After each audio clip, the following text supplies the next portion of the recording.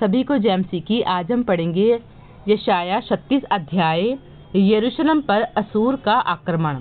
हिजकिय्याह राजा के 14वें वर्ष में असूर के राजा सनहेरीब ने यहूदा के सब गढ़ वाले नगरों पर चढ़ाई करके उनको ले लिया।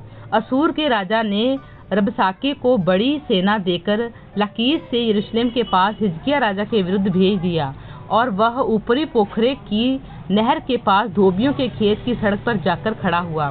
तब हिल्किय्याह का पुत्र यल्याकीम जो राजघराने के काम पर नियुक्त था, और शेबना जो मंत्री था, और असाफ का पुत्र योआह जो इतिहास का लेखक था, ये तीनों उससे मिलने को बाहर निकल गए।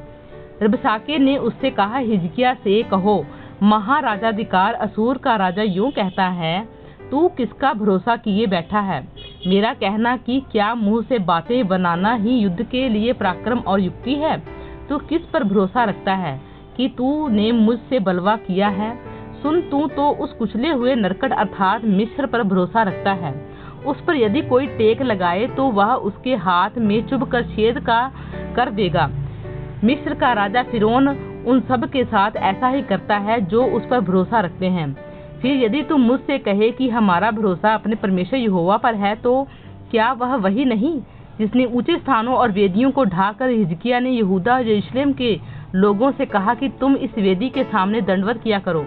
इसीलिए अब मेरे स्वामी असूर के राजा के साथ वाचा बांध, तब मैं तुझे 2000 घोड़े दूंगा।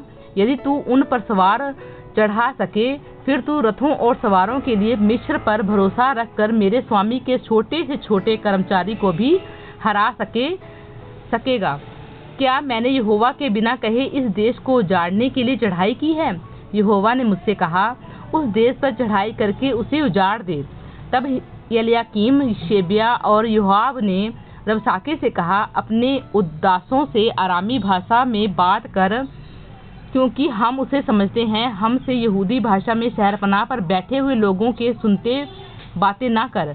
रबसाके ने कहा, क्या मेरे स्वामी ने मुझे तेरे स्वामी ही के या तुम्हारे ही पास के बातें कहने को भेजा है?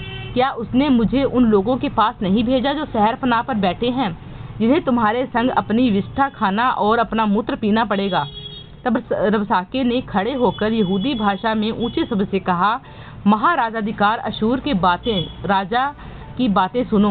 राजा यूं कहता है, हिजकिय्याह तुमको धोखा ना दे, क्योंकि वह तुम्हें बचा ना सकेगा।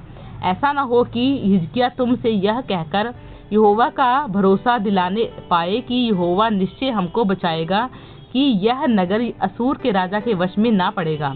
हिजकिय्याह की मत सुनो। असूर का राजा कहता है, भेंट भेज कर मुझे प्रसन्न करो और मेरे पास निकल आओ, तब तुम अपनी अपनी दाखलता और अंजीर के वृक्ष के फल खा पाओगे और अपने अपने कुंड का पानी पिया करोगे, जब तक मैं आकर तुम को ऐसे देश में ना ले जाऊं जो तुम्हारे देश के समान अनाज और नए दाखमधु का देश और रोटी और दाख की बारियों का देश है। ऐसा ना हो हिजकिय्याह यह कहकर तुमको बहकाए कि यहोवा हमको बचाएगा। क्या और जातियों के देवता ने अपने अपने देश को असूर के राजा के हाथ से बचाया है? हमाद और अपाद के देवता कहाँ रहे? सपवैम के देवता कहाँ रहे? क्या उन्होंने शिमरोन को मेरे हाथ से बचाया है? देश देश के सब देवताओं में से ऐसा कौन है जिसने अपने देश को मेरे हाथ से बचाया हो? फिर क्या यहोवा यरूशलेम को मेरे हाथ से बचाएगा? परंतु वे चुप रहे और उसके उत्तर में एक बात भी ना कही, क्योंकि राजा की ऐसी आज्ञा थी कि उसको उत्तर ना देना। तब हिजकिय्याह का पुत्र यल्याकीम जो राजघराने के काम पर नियुक्त था, और शेबना जो मंत्री था, और असाफ का पुत्र योआह जो इतिहास का लेखक था, उन्होंने हिजकिय्याह के पास वस्त्र फाड़े हुए जाकर रबसाके की बातें कह सुनाई। प्रभु इन वचनों द्वारा आपको बहुतायत से आशीष दे। आमीन।